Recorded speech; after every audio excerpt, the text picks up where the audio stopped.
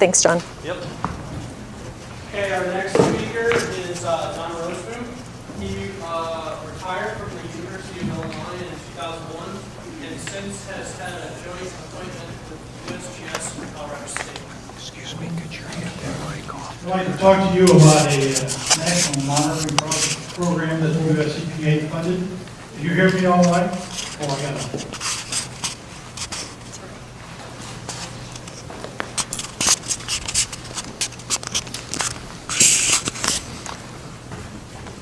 This is a national monitoring program that the US EPA and Illinois EPA primarily funded with the city of Bloomington. Illinois EPA put $1.9 million into construction. City of Bloomington put in $1.5 million in construction. Illinois Department of Natural Resources and the Fish and Wildlife put in about $300,000. And NRCS put about $70,000 into it. Okay, we're in the McLean County in the city of Bloomington, and this area over here is the area of the Kickapoo Creek. It has a drainage ditch coming in from this side that goes down to here at Oakland Road. That's about 10 square miles, and then the west branch that comes in directly from the north and northwest, that's got 5 square miles. If you look at the history, the East Branch did not even have a defined channel. It was a slough at best. West Branch had large meanders going through the system before there was much in the way of agriculture. In this setting, the city of Bloomington, because this is the rapid growth area for the city of Bloomington, decided the cheapest spot to put stormwater detention for all the development going upstream. We down here off Ireland Grove Road, and this was a large detention basin.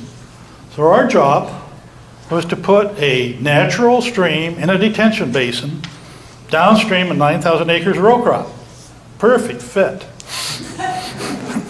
So this is what that detention basin looks like with our natural stream in August 18th of 2013, transported 3,150 tons of sediment, and at the peak flow it had 10 milligrams per nitrate, 1.5 milligrams of phosphorus. If you look at this setting, the Ireland Grove Road outlet and USGS gauge monitors the reduction occurring in each of these stream settings.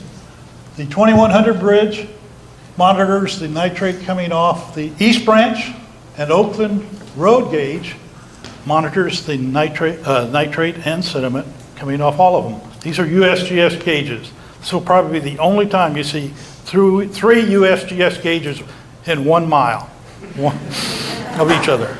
It's never happened before. Okay, the original architect that was working with the city wanted $6 million to design and oversee the project. And it had a lot of meanders in it because that was natural streams. His idea of getting natural streams was to look at the aerial photograph of 1940. 1940, this was not a natural stream. But that's how many people decide how they want to pattern their natural stream project. What we did was look at sediment transport because we had a detention basin.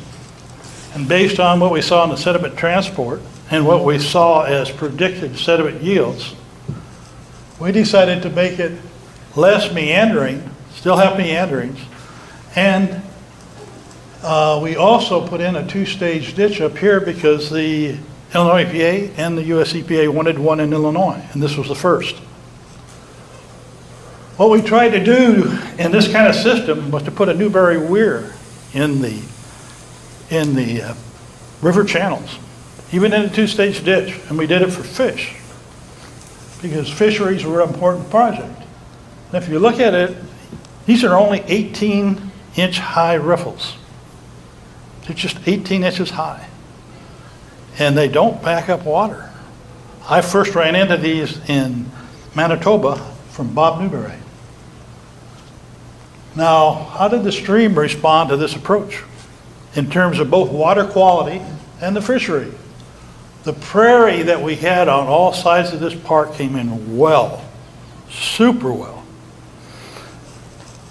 This is where most of the this is the flow that most of the nitrate and most of the fish respond to. This is where they live, this is where they reproduce, these are the flow conditions. That little 18-inch riffle, your fishery guys are standing on the rocks because it's over their chest waders. It was not that way before. When you look at the fish, the yellow is the fall samples, the blue is the spring samples. We had a nutso fishery biologist named Trim Thomas. Twice a year, all the stations, whether they had, including controls. If you look at these things, you'll see that the growth is rapid. People who do fish surveys and don't pay attention to the season have a really bad idea of what's happening to fish. There's a big difference between fish in the spring and fish in the fall. Big difference. If you look at, this is the average of all sites before restoration, average fish population. This is the average of all fish sites after fish population. To give you an idea of distribution, you're looking at these things. We cannot, it's so deep in these some of these riffle pools, we can't even get in the water. So we know we're missing a lot of them. But if you look at the number of species before and the number of species after, we have things like banded darters, things that they had not seen there before that are coming up. We have a good source of fisheries in that channel. It's one of the best stream systems downstream that there is, but it had never been found in the upper ends. This is construction. The whole population shifted. This is fish communities. The shift from here to here happened very quickly because we had a lot of big floods. We don't dig pools with riffles. We don't come in and excavate it when we're doing construction of the riffles. The riffle makes the pool. And it's the depth and the scour zones on those riffles are entirely dependent on the substrate, how long and how quickly they act.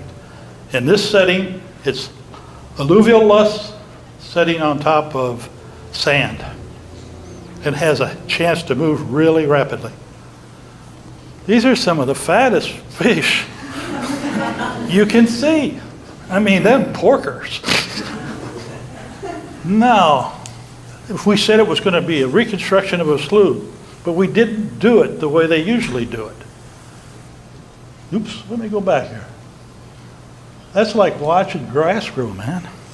But it raises DO, increases fish forage, increases water temperature because it's got a lot of vegetation in the water column, and it reduces nitrate. Now that was the shock.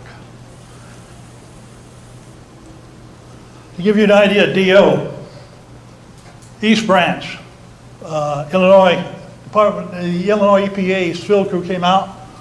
A big surprise, they found a 0.7. By the time it got down to here, it was 4.0. That's on that riffle. By the time it got here, it was 6.8, which is roughly similar to what it was on the West Branch. If you look at what it was, and everybody swore they didn't know where the animal waste came from, that was sitting upstream.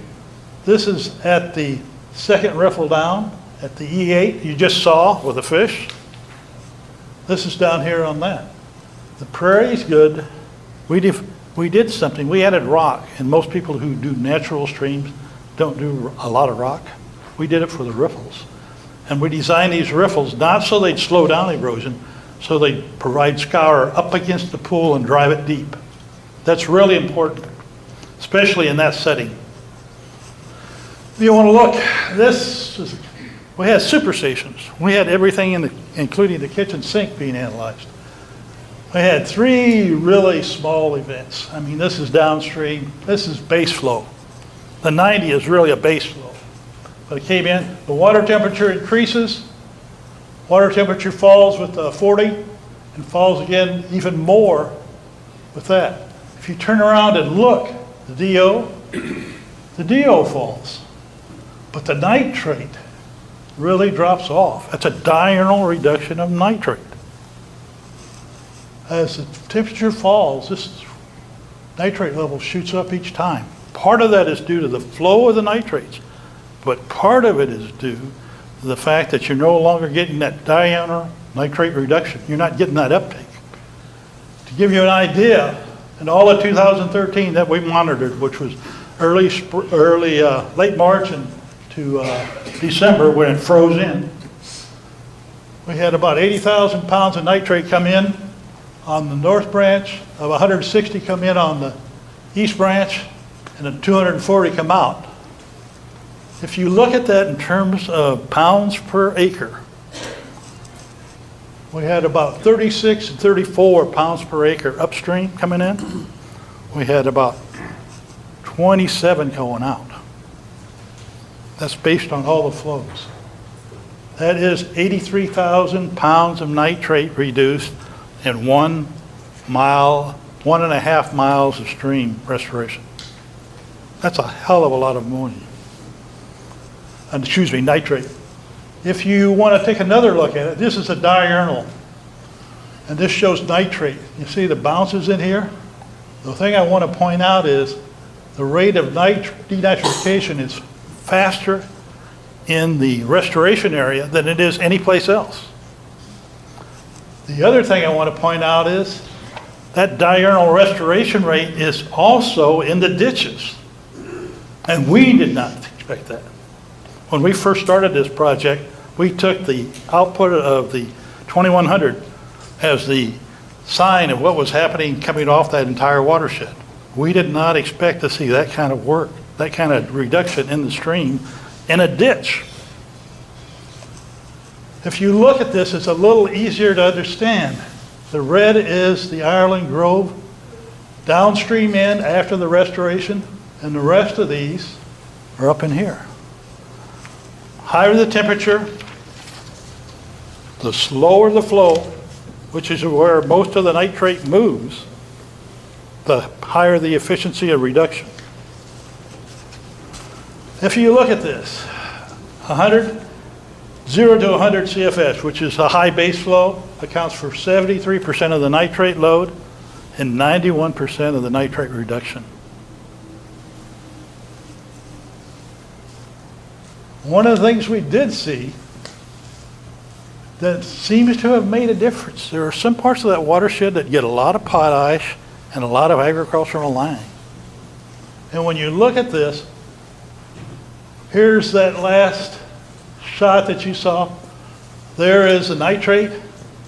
Here is the conductivity. And that conductivity responds to that agricultural lime and potash. And you see those oscillations in there? The point I want to put out is there is nothing in here after that. That oscillation is gone. That reduction is gone. When you look at it, and you're looking at the inputs coming in with their oscillations, as soon as the temperature drops, that system drops and it shoots up. The nitrate in those ditches shoot up. That's a big time hit, and one we hadn't accounted for or expected. The thing that's important about this, 2100 and Oakland Road, those diurnal reductions you see, that's for 1 point in that stream. We got 6 miles of ditch above it. Our estimate of the nitrate that would come in between the gauges was based on this output here. It vastly underestimates the nitrate input that came between the gauges, from the watershed between the gauges, which we did not expect either. Which means that the nitrate reduction in the grove was actually much higher than it was before. Because it's happening in the ditch, and it's supposedly not supposed to happen in the ditch. What time am I? Am I good? Am I bad? We got a two-stage ditch. But before I get to that, we had about 1,000 pounds a day at base flow. We only had one flood in April. It delivered 21,000, almost 22,000 pounds of nitrate in one day.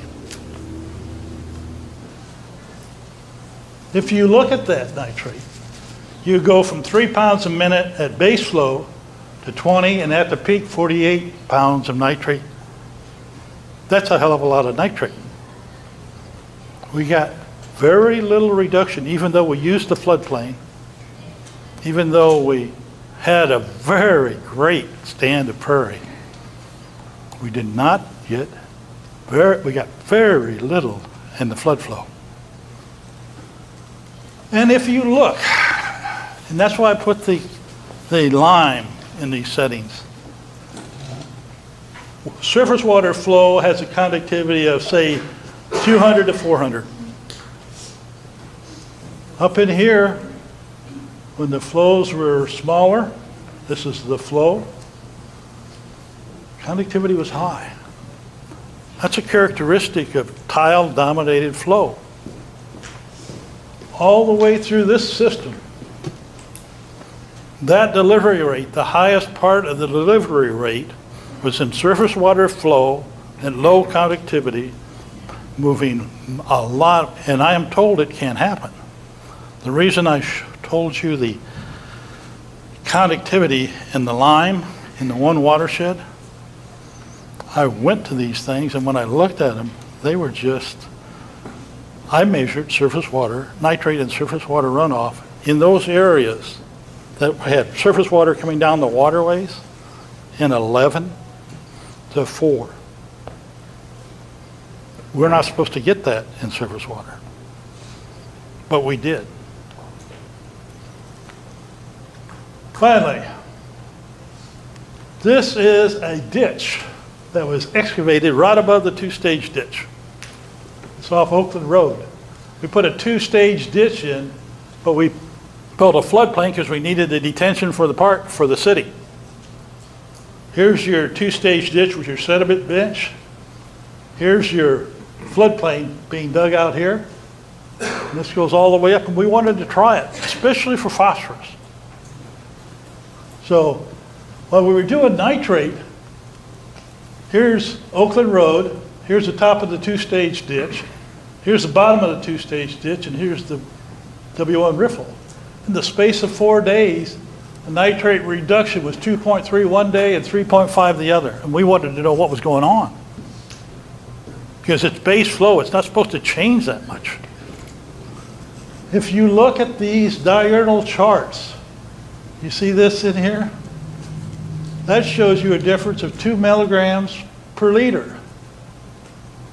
Basically the same day earlier. It's only 1. You have 100% difference in nitrate variation in the same flow in the same time just by diurnal reduction. Those are things you need to consider when you're doing grab samples. It was driving us crazy because we were doing grab samples as fast as we could get to every site. And we could not account for the changes that came at base flow. Okay, we had one in here. This is when things happen. Our flows range from 50 to, in one case, up to 200 in the flood. Again, even the stream restoration area bottomed out when the temperature dropped. There is no change in the system at base flow. The vegetation and the uptake and the metabolic uptake into the sediments was all driven by that temperature. With that, I'll quit. Thank you.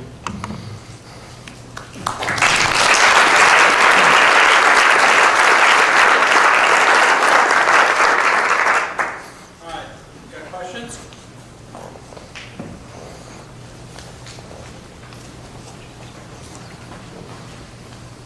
Yep. Don, you had a slide there that showed, I think it was like 84,000 pounds Yes. of nitrate. Mm-hmm. Sorry, you had a slide up there, I forget what length of stream you were attributing that to.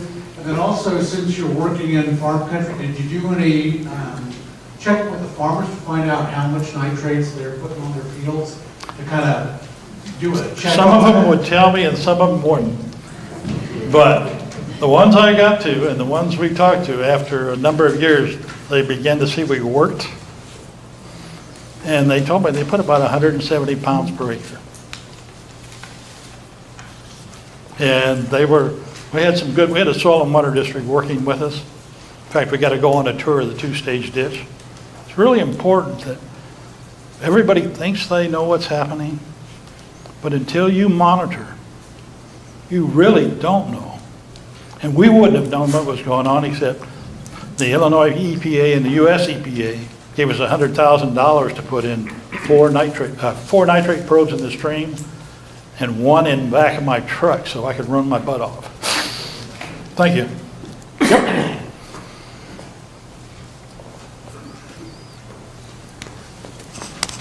Yep.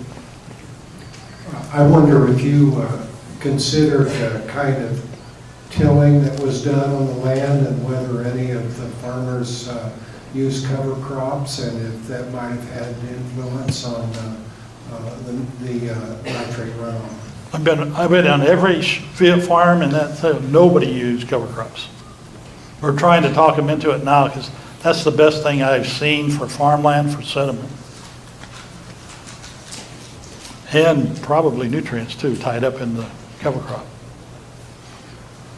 Don, I have a question. Yeah. How does it look like for the grass that after they applied the potash, it was almost an inhibitor to nitrate denitrification? The potash was actually applied in the fall and spring, depending on when they put it in. All right. It was typically done after the crops were out.